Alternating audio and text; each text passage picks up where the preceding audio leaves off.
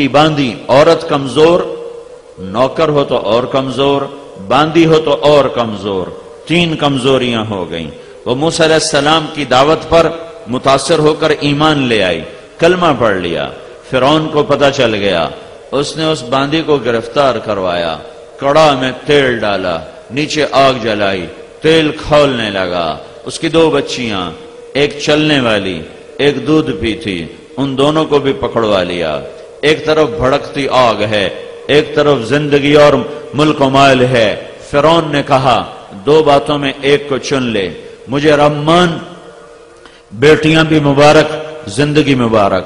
موسیٰ کے رب کو رب مانے گی، پہلے تیری بیٹیوں کو جلاؤں گا، پھر تجھے جلاؤں گا۔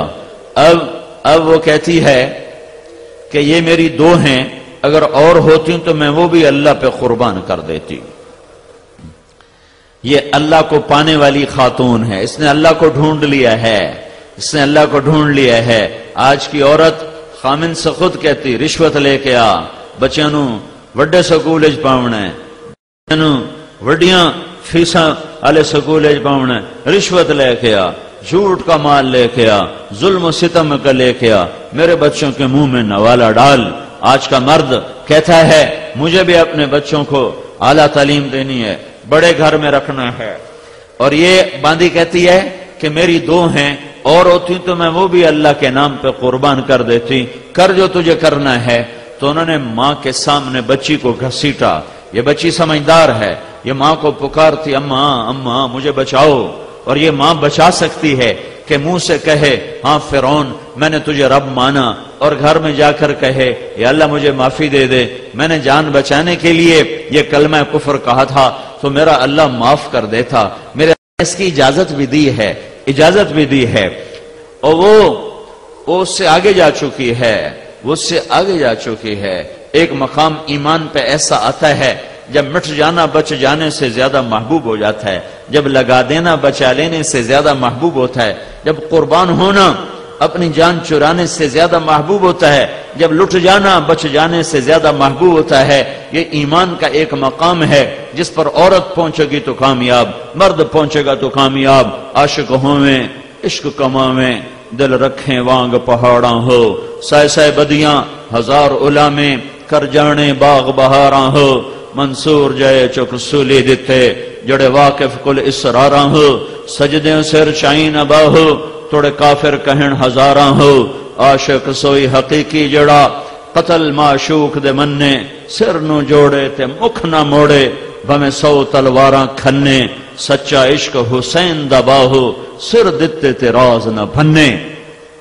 ایک مقام ایسا آتا ہے جب لٹا دینا، لگا دینا، لٹ جانا ہے، مٹ جانا، جل جانا یہ محبوب بن جاتا ہے، اور جان بچانا اور کنی کترانا اس سے نفرتیں ہو جاتی ہیں۔ یہ ایمان کی ایک سطح ہے، اس پر لاکھوں انسانوں کی داستان ہے، لاکھوں عورتوں کی داستان ہے۔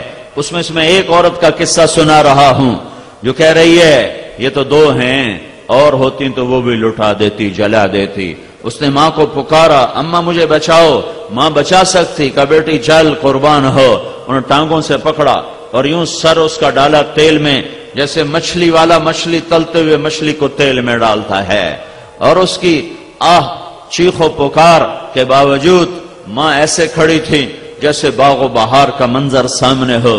بچی جل گئی اور کوئلہ بن گئی، اور ماں کے اندر کے جذبے وہ قریب تھا کہ اس کا سینہ پھاڑ کے رکھ دیتے اور اس کے دل کے ٹکڑے ٹکڑے ہو جاتے۔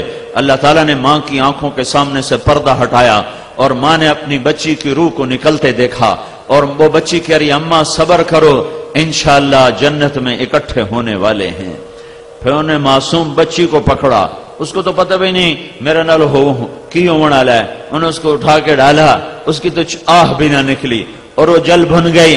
اللہ تعالیٰ نے پھر ماں کی آنکھوں سے پردہ ہٹایا اور اس نے بچی کی روح کو نکلتے دیکھا، اور وہ بھی کہہ رہی ہے اماں صبر کرو، انشاءاللہ جنت میں اکٹھے ہو جائیں گے۔